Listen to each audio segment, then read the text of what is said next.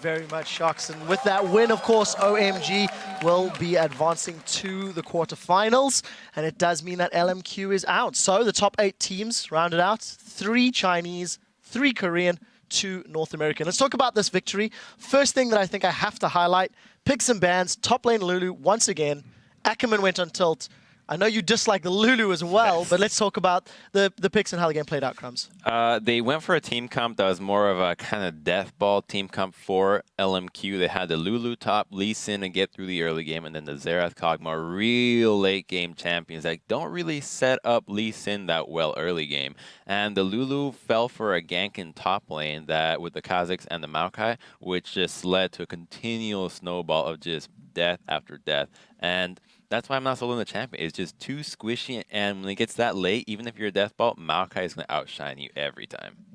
I think they were really trying to go for more of a siege composition there with Xerath Lulu. I mean, they had a lot of good poke had they been able to group, but they missed kind of that timing because of Ackerman dying so many times. But, you know, it's not only on Ackerman dying. You have to talk about Loveling, who was just outstanding in the jungle that game, constantly being in the right place, delaying that power spike, getting huge on his own, and contributing massively to that victory. Yeah, I would have definitely loved to see more just tanky top laners coming out of Ackerman, staying closer to his style of yore. We've actually jokingly started calling him Snackerman because he keeps feeding these games. But, I mean, he is a really good top laner, but just didn't show up this tournament. It's really sad. Yeah, I've really just not been a fan of seeing the mage tops come out. All these Lulu players have been disappointing. Quas disappointed back in the North American playoffs. They nearly 3-0'd LMQ and would have had this spot if he had just had the idea to, you know, spread apart his champion pool more. We've seen the Rumbles do fairly well, the high damage top laners. We saw the Mundo come out from Freddy do great there. The mage tops clearly aren't working right now. On that topic, very minimal Nidalees this group stage as well.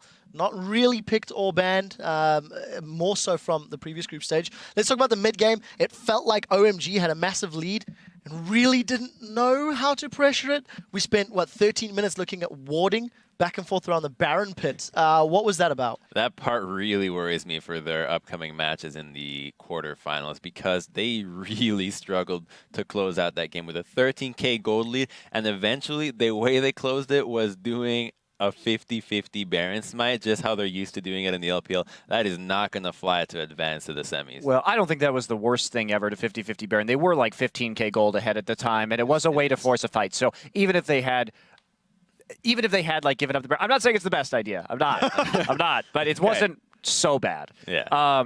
And I mean, Crepo was yelling during the desk about their side wave control. They literally made the game really easy for entry-level people that are new to League of Legends because the game was only played on 2 lanes anymore. They just completely ignored that side lane on the 3rd lane, and they just kept going back and forth, and then they ignored top lane stacking. So they build up vision control, and then like, oh, look, that wave's really big. Let's deal with that. And they lost vision control again, back and forth, back and forth. And then it's like, okay, well, screw this. We'll just try Baron, see who gets it, and we'll play on from there. And why this is so worrisome is let's just compare this to the last game that we saw with Shield and Cloud9, who are both very good at manipulating sideways. Higher RPM. And higher rotations per minute, RPM, the best statistic in League of Legends.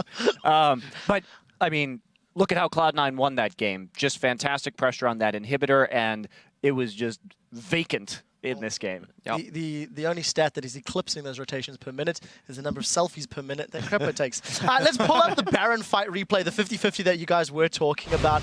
Freak, maybe you can give us some insight about the calls. And, you know, this was OMG really, you know, pushing buttons. Yeah, I mean, at the very least, OMG has been building a lead this whole time. And one thing with sort of people talking about Baron throws is Baron only does so much damage. I think you can actually quantify sort of any ability or something like Baron as a value of gold. At a certain point, the items you have beat what the damage output's going to be here. So as you talk about Monte Cristo, just baiting a fight at all is going to work out here. And OMG's been consistently building a gold lead throughout this, so they're just very, very far ahead.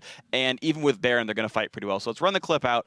And basically, yes, it's a 50-50 smite, but because a battle's going to be started, because OMG has so much lockdown, it works out. Yeah, Lee Sin's going to come across. Yeah, Jonna took some damage, but now he's stuck inside the pit with the rest of the team. You know, we're not in here with Lee Sin. Lee Sin's in here with us. So let's go ahead and start killing people. Yeah, but imagine if they comboed Xerath damage with Lee Sin. They could have easily stolen that Baron. Kog'Maw living artillery, Xerath ulti, and a Lee Sin smite. Time right, they could just get him, sacrifice Lee, trade Baron for 1. And if Lee queued Baron instead of Maokai. Yeah, he would try it, I imagine. Here's the thing, so Baron buff is nice, but a 5v4 is better. I would take a 5v4, just push down the game, get rid of one of this engage. Exactly, yeah, go in 5v4, drop it in and do a bunch of cool things. I think it's good for LMQ. This is the best outcome for them, is getting Baron and losing an inhib and holding best. I disagree entirely. As soon as you lose a member of your team, you can't hold your base. No, that's not true, Baron because buff the or not. entire game, OMG had no idea how to siege. They never grouped up and even tried to siege at all.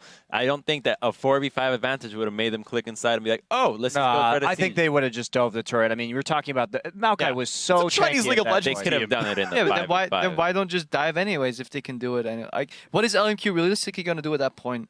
Except that was the best outcome for them, and it could have worked, but just OMG's like... No, I think you turtled to 6 items, because it's a Chinese LoL team, so you know OMG are bred in the scene where you dive turrets for a living, like literally. And 2, once you have the disengage tools down, the reason they were diving before is because Xerath is wave clearing, Lee Sin kicks them back, Lulu Whimsy's the diver and Wildgrow, so you push on, and then the box comes out, but you get rid of the safeguard and the kickback, and now you've got a way in. And the Xerath ults down, so you have another way in. Well, either way, LMQ did not do any of those things, and they lost. Right, the North American versus Korea rivalry in Group D isn't over yet. We do have that additional tiebreaker game coming up to decide who takes the first place spot in the quarterfinals. A few moments ago, we did actually have the coin toss to determine side selection for our tiebreaker game, and after actually winning Asian White Shield, will be getting to choose the side. I'm glad you know that. It's impressive. They did actually opt to go blue side in that matchup. The 2014 World Championship continues in just a moment. Guys, stay with us.